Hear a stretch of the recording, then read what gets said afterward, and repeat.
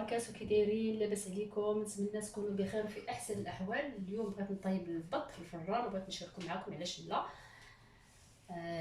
كيف ما شفتوا عندي هنا البط بطه الكنغ بهذا الشكل هذا، غسلته ونظفتو بالماء والملحه، مغسول مزيان ومنقي. كتشوفوا كما قلت لكم البط الكنغ. ندوزو المقادير وطريقه التحضير.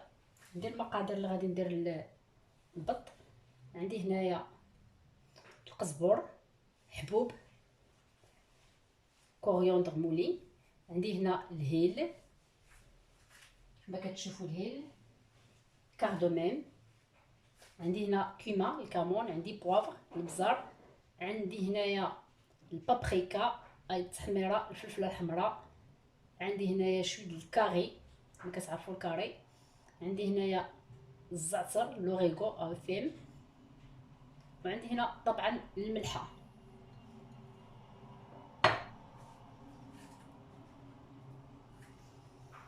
عندي الخل، عندي ثومه بودره كتشوفوا،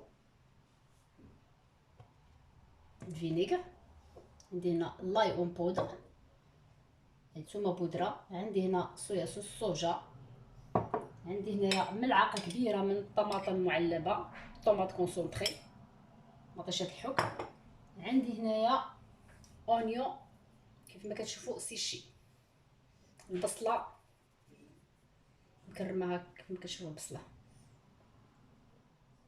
ولا كتكون البصله اون بودر. ندوزو للطريقه. كيف ما كتشوفوا غنعمل المقادير اللي ذكرناهم كاملين هما.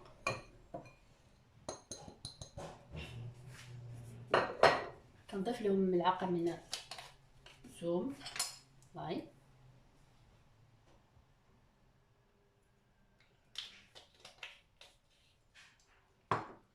كنضيف لهم ملعقه من الصوجا،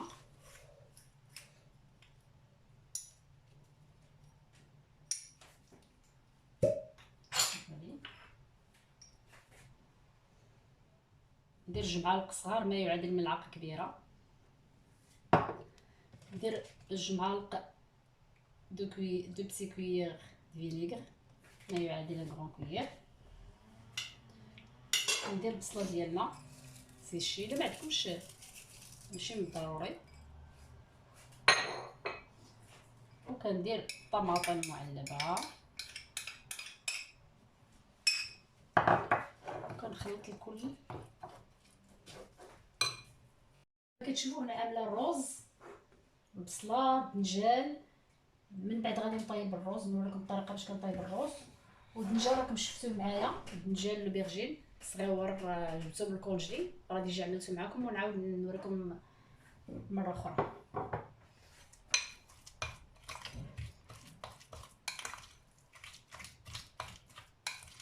نديرو البط ونديرو الرز في البط في الفران ونطيب معكم الرز. كما تشوفوا نديرو فيه 1 غران كويير دو، ملعقه كبيره من الماء غير باش نبدا نفس ليه غران كويير دو، ملعقه كبيره من الماء.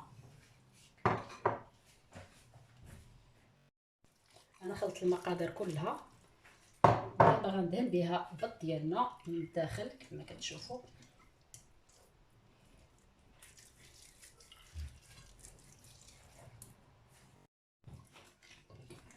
كنخشي فيها مزيان من فوق من الاجانب.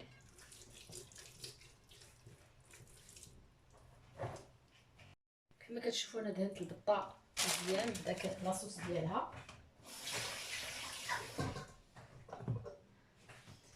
ندوز نخشي فيها حامضه، كما كتشوفوا الحامض كيحيد داك لاكريس اللي فيها.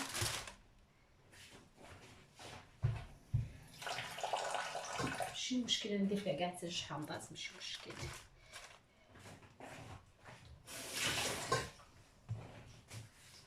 وكنلف هاد السلوفان ليها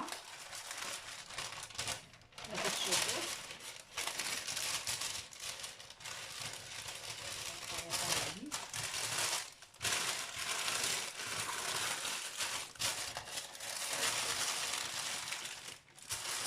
ومن بعد تسوي عليها بابي الومنيوم كنصوريها مزيان بهذا هذا ونزيد لها بابي الومنيوم.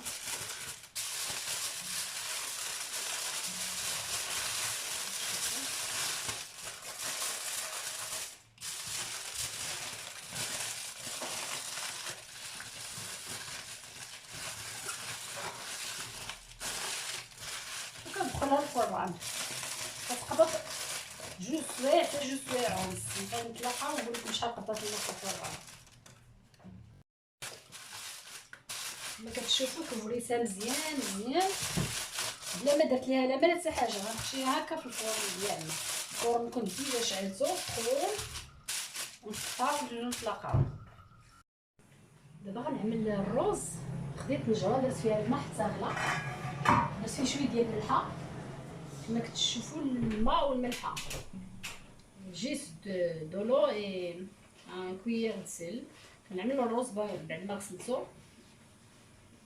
انا عندي زلاف هاد الرز جي ديجا لافي 3 فوا، غسلتو 3 المرات. وكنصبو نجره كنعملو بهاد الطريقه باش كيبقى صحيح. وكنخليه كيتسلق نص سلقه من بعد نصفيه.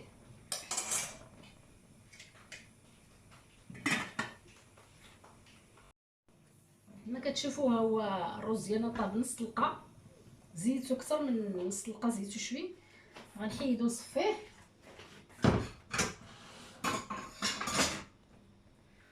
كما كتشوفوا بعد ما صفيت الرز ديالنا كناخذ نص الطنجره كنضيف ليها واحد 3 غون كويير دويل فيجيتال، مقدار 3 المعالق من زيت نباتيه.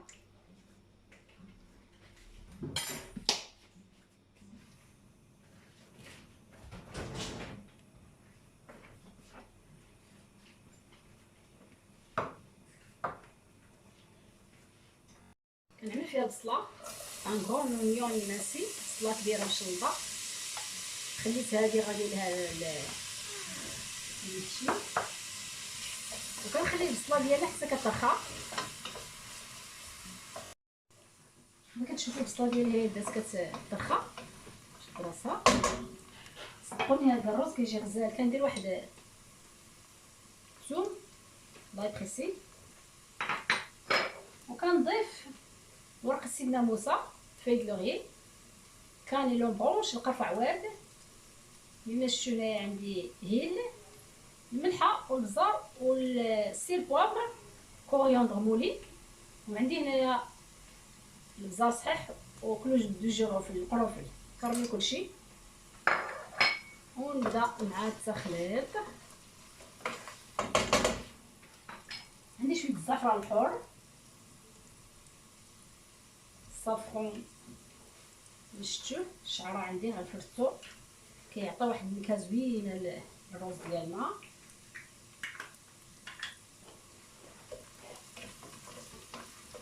وغندير له الزعفران عادي تشوفوا الصافرون باش يعطي اللون. صافرون بور دوني ان كولور. كيجي هذا الرز صفر.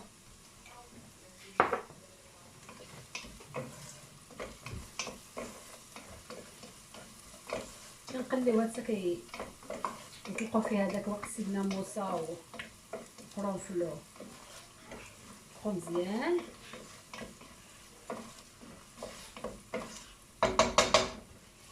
دابا كنرميو فيها الرز ديالنا.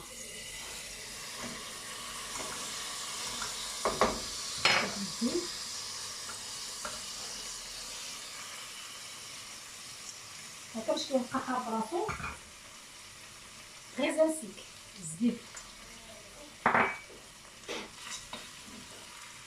حنا عندنا هنا الرز راه طايب نص سلقه. في المقادير كندير واحد ان فيغ دو مقدار كاس من الماء. كتشوفوا ما شاء الله الرز ديالنا كيبقى حبه حبه. وكنخليوه كيدخلوا هاد المقادير. درت فيه تقريبا فيغ دو كاس صغير. كنقلب غير بشوي باش ما يتعجنش لينا. كيف كتشوفوا الالوان ما شاء الله اللي كيعطي غزاله وريحه كتطلع منه كتشهي. اللون كيبقى ابيض مع الصفر كيجي غزال الصراحه.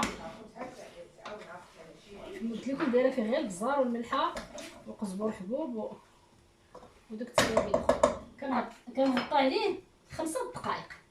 كما قلت لكم درت فيه كاس ديال الماء ونغطي عليه 5 دقائق ونحيدو. كتشوفوا الرز ديالنا وجد غنزولو على جنب. كيف ما كتشوفوا غنعمر الدنجال المحشي الدنجال. وراه سبق لي كنت درتو معاكم وغندير لكم الطريقه بالزربه باش ما نطولش عليكم الفيديو. اللي ما شافوش من قبل غنديرو معاكم بالزربه. كناخذ المقله ديالنا كنعمل فيها شويه الزيت، كندير فيها البصله ديالنا كتشحر. هذه الطريقه اللي غندير بها المحشي. كما قلت لكم راه درتو معكم وما بغيتش نطول عليكم الفيديو. نخلي البصله ديالنا ترخى وندوزو نطلقاو. كتشوفوا البصله ديالنا تشحرات كنرمي فيها ثوم لاي، كنرمي فيها سيكويير كافي السيل على حسب الذوق الملحه، كنرمي فيها بابريكا التحميره الفلفل الحمراء،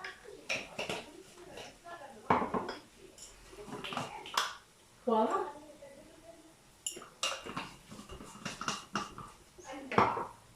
كوريون غمولي،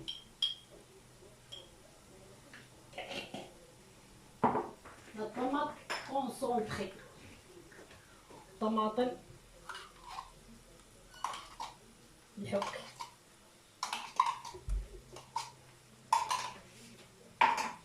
نورمالمون الطريقه ديال الدنجال انني كنعمل الشوربه باللحم ولا الشوربه بالدجاج، وهذاك المرق ديالها هو اللي كنعمر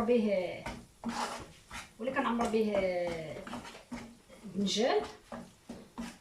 دابا غادي نكتفي بهذا الشيء. هو كندير بيرسيل كوريوندر عندي انا مثلج،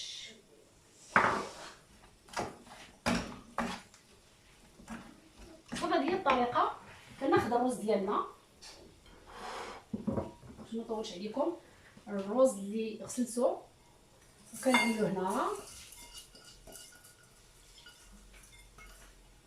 من بعد ما طلق لي هذا حيت عندي القزبور مكونجلين، بعد ما كيطلق كنخلط الخليط كله مع الرز وكنعمر به الدنجال ديالنا ونطلقاو من بعد. ما كتشوفوا المحشي ديالنا وجد طاب. غنجبد البط ديالنا من الفرن ونشوفوا واش طاب.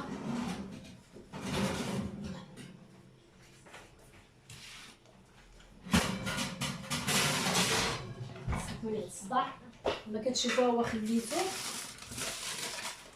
جوج سوايع في الفرن.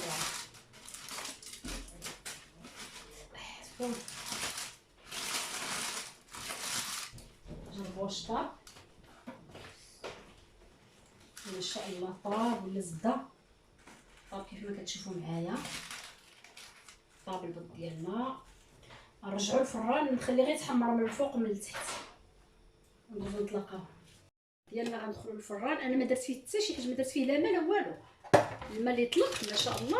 هذا الماء غادي ندير له شويه د لا مايزينا ونديرو يختر وما غاديش نسيبو وندوزو نطلقاو من بعد. كما كتشوفوا البيض ديالي وجد حطيته على هذه الطريقه. المحشي درت له هكا والبيض كيف ما كتشوفوا تحمر جا بحال مشوي ما شاء الله. وها الرز ديالنا بالصحه والراحه. ولا عجبتكم هذه الوصفه ديال هذا النهار ما تنساوش ديروا اللايك، والى وصفه مقبله ان شاء الله، والى اللقاء وشكرا كثيرا. الى اللقاء.